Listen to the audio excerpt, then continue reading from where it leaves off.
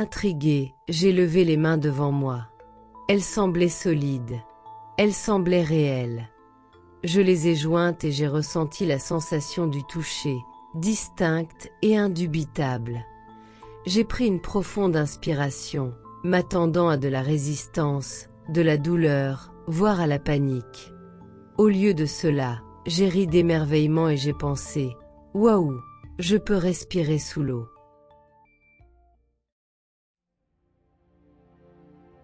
Bienvenue sur Levons le voile. Avant de commencer ce témoignage, prenons un court instant ensemble.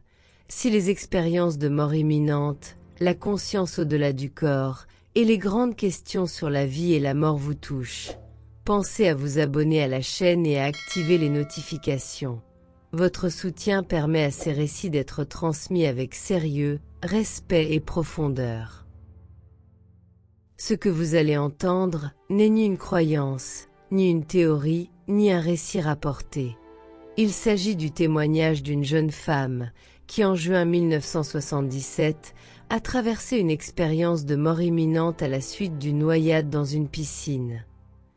Durant ces instants hors du temps, sa conscience s'est séparée de son corps, lui révélant une compréhension directe de la vie, de la mort et de ce qui pourrait exister au-delà du monde physique.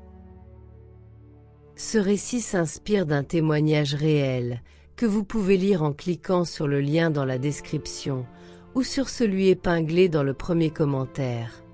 Nous vous invitons maintenant à l'écouter avec un esprit et un cœur ouverts. Maintenant fermez les yeux, inspirez profondément, élevons le voile, ensemble. J'étais une jeune femme d'une vingtaine d'années quand c'est arrivé, en juin 1977. À cette époque, j'étais insouciante, curieuse, et comme beaucoup de jeunes de mon âge, j'ignorais combien le voile entre la vie et la mort est ténu. Je ne savais pas nager, mais sur le moment cela me paraissait insignifiant. Nous rions, jouions autour de la piscine, nous taquinant avec cette insouciance propre à la jeunesse. Je n'aurais jamais imaginé qu'un moment aussi anodin deviendrait la ligne de démarcation entre celle que j'étais avant et celle que je deviendrais ensuite. Sans prévenir, on m'a poussé dans le grand bassin. Il n'y avait aucune mauvaise intention, juste un jeu idiot, mais mon corps, lui, ne l'entendait pas de cette oreille. Dès que j'ai touché l'eau, la panique aurait dû m'envahir. Mais au lieu de cela, il s'est passé autre chose. Quelque chose de bien plus profond que la panique, bien plus profond que la peur, bien plus profond que tout ce à quoi je m'attendais. Je coulais à pic, lourdement et rapidement comme une pierre. Quand mes pieds touchèrent le fond de la piscine, quelque chose d'extraordinaire se produisit. Mon moi, c'est le seul mot qui convienne vraiment, s'est séparé de mon corps. Instantanément, je n'étais plus à l'intérieur. Je me retrouvais en haut, sur la droite, juste derrière l'épaule droite de mon corps, suspendue sans effort dans l'eau. J'étais pleinement consciente que le corps en dessous de moi, qui se débattait et se noyait, était le mien. Je reconnaissais chaque détail, la forme, les marques, les grains de beauté, les cicatrices. Il me ressemblait trait pour trait. Et pourtant, je ne ressentais aucun attachement pour lui. Il n'y avait ni peur, ni inquiétude, ni urgence. Je regardais mon corps lutter pour la vie, avec la même distance émotionnelle que l'on pourrait avoir en observant un inconnu. Ma première pensée ne fut pas « je suis en train de mourir », mais plutôt « comment puis-je être ici et là à la fois ?» Intriguée, j'ai levé les mains devant moi. Elles semblaient solides. Elles semblaient réelles. Je les ai jointes et j'ai ressenti la sensation du toucher, distincte et indubitable. J'ai pris une profonde inspiration, m'attendant à de la résistance, de la douleur, voire à la panique. Au lieu de cela, j'ai ri d'émerveillement et j'ai pensé « Waouh, Je peux respirer sous l'eau. Rien que ça aurait dû me terrifier, mais ce ne fut pas le cas. J'étais fascinée. Ma conscience était plus aiguisée que jamais. J'étais pleinement alerte, lucide, présente. Le temps n'avait plus d'importance. Tout semblait se produire simultanément, comme si j'étais sortie du flux étroit des instants que nous appelons habituellement réalité. J'ai compris instantanément et sans explication que tant que nous vivons dans la chair, nous ne percevons qu'une infime partie de ce qui existe. Nous évoluons dans un monde multidimensionnel, avec des yeux incapables de voir véritablement. J'ai perçu des voix au-dessus de l'eau, des gens debout près de la piscine. J'entendais clairement leurs paroles, leurs pensées, leurs émotions. Je savais ce qu'ils craignaient, ce qu'ils espéraient, ce qu'ils croyaient qu'il arrivait à mon corps. Pourtant rien de tout cela ne me préoccupait. J'étais bien trop absorbée par la réalisation que mourir ne faisait pas mal. Non seulement je ne souffrais pas, mais c'était un soulagement. Les couleurs autour de moi étaient étonnantes. Tout était plus lumineux, plus riche, plus vivant. C'était comme si j'avais passé toute ma vie dans une pénombre et que quelqu'un avait soudainement allumé toutes les lumières de la pièce. Comme après la fin d'un film, quand les projecteurs de la salle inondent l'espace. C'était réel.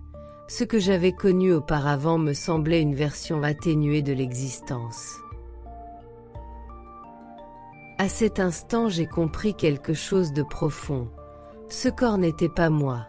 C'était un vêtement que je portais. Libéré de la douleur, libéré de la confusion, libéré du poids des soucis et des attentes. Je me sentais plus légère que je ne l'avais jamais cru possible. Toutes les émotions négatives avaient disparu. Il n'y avait plus d'anxiété, plus de tristesse, plus de regrets, seulement de la clarté et de la liberté. Ma compréhension de la vie se transformait plus vite que la pensée elle-même. Et puis tout aussi soudainement, celui qui m'avait poussé dans la piscine a sauté à l'eau après moi. Je l'ai vu atteindre mon corps, le tirer hors de l'eau et briser la surface. À peine mon corps fut-il sauvé, que mon être y fut replongé de force. La transition fut brutale et insupportable. Aussi vite que j'étais partie, j'y étais retournée, et j'étais furieuse. La colère me sidérait par son intensité. Je ne voulais pas revenir. On ne m'avait pas demandé mon avis. On ne m'avait pas laissé le choix. J'ai compris plus tard que si on me l'avait proposé, j'aurais refusé sans hésiter. C'est peut-être pour cela qu'on ne m'a laissé aucun choix. Alors que mon moi se réintégrait à mon corps, j'ai pris conscience de tout ce que celui-ci avait vécu en mon absence. La terreur, la rage, la panique, un instinct de survie désespéré. Je n'avais rien ressenti de tout cela pendant ma séparation, mais à présent, j'étais contrainte de tout absorber d'un coup. Je n'avais jamais vu à travers les yeux de mon corps, je ne faisais que ressentir ce qu'il avait enduré. J'ai alors compris que le corps et le moi ne sont pas égaux. Si le moi peut faire l'expérience du corps, le corps ne peut pas faire l'expérience du moi. Il est totalement inconscient de la réalité supérieure qu'il sert. À l'intérieur du corps, il a la priorité, le contrôle et un puissant instinct de survie. Il ignore que la mort n'est pas la fin. Il ignore que la séparation ne nuit pas au moi. Le moi ne souffre pas de la séparation. Le corps, lui, souffre. À cet instant précis, j'ai compris une chose qui ne me quittera jamais. La mort telle que nous la concevons n'existe pas. La vie n'est pas ce qu'on nous enseigne, la vie est éternelle. Elle a toujours été, et le sera toujours. Avant même de revenir complètement à la réalité, mon passé a défilé devant mes yeux sans prévenir et de manière incontrôlable, comme les pages d'un livre qui se tournent trop vite pour qu'on puisse s'arrêter. Il n'y avait ni jugement, ni condamnation, seulement une prise de conscience. J'ai perçu une limite, une barrière invisible que je n'avais pas le droit de franchir. La décision ne m'appartenait pas. J'ai été renvoyée contre mon gré. Et soudainement, j'étais de nouveau vivante. Ma vie, derrière le voile. Ce qui suivit ne se produisit pas d'un coup. La guérison prit du temps. Mon corps guérit, mais mon monde intérieur était à jamais transformé. Quitter l'hôpital marqua un retour physique à la vie, mais intérieurement, j'avais déjà franchi un point de non-retour. Je n'étais plus la même jeune femme qui était tombée dans cette piscine. Dans les semaines et les mois qui suivirent, j'ai eu du mal à aborder la vie comme avant. Les soucis du quotidien me semblaient moins importants, moins urgents. J'étais plus sereine face à la douleur, face à la perte et surtout face à la mort.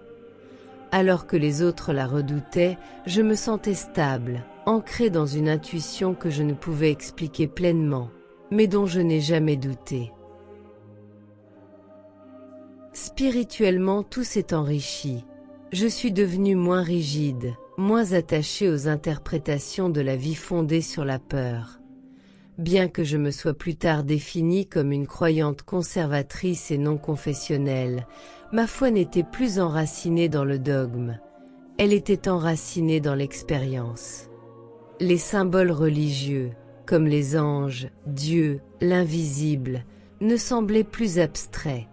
Ils étaient familiers, pas imaginaires, pas symboliques, mais réels d'une manière que les mots peinent à exprimer. J'ai découvert que j'avais développé une sensibilité que je ne possédais pas auparavant. Je pouvais ressentir les gens, les ressentir vraiment, sans les voir ni les entendre parler. Je percevais immédiatement la négativité ou la bonté, aussi clairement que l'on perçoit la chaleur ou le froid. Ce n'était pas quelque chose que je recherchais, et ce n'était pas toujours agréable, mais c'était indéniable. Partager mon expérience avec les autres était compliqué. Certains étaient curieux. Beaucoup étaient intimidés. La plupart ne comprenaient tout simplement pas. J'ai vite compris qu'il fallait le vivre pour le croire.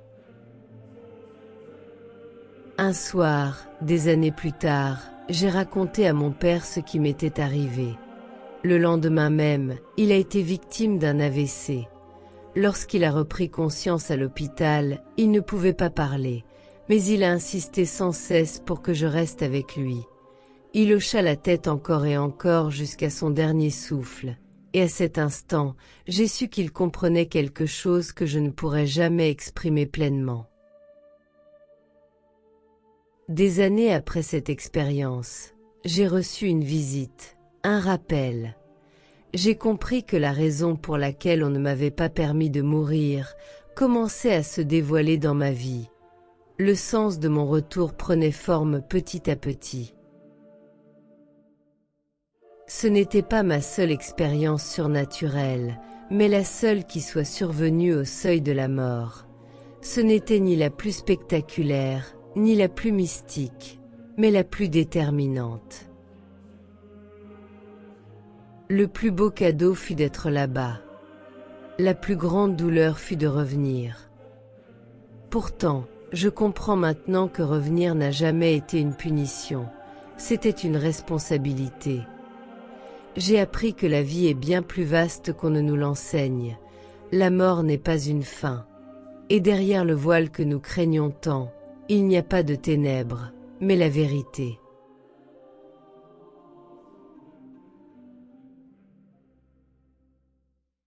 Merci d'avoir pris le temps de regarder cette expérience de mort imminente. Vous venez d'entendre un témoignage qui interroge profondément notre vision de la vie, de la mort et de la conscience. Si cette expérience vous a touché, vous pouvez partager votre ressenti dans les commentaires, dans le respect de chacun. Chaque témoignage, chaque réflexion enrichit cet espace d'échange.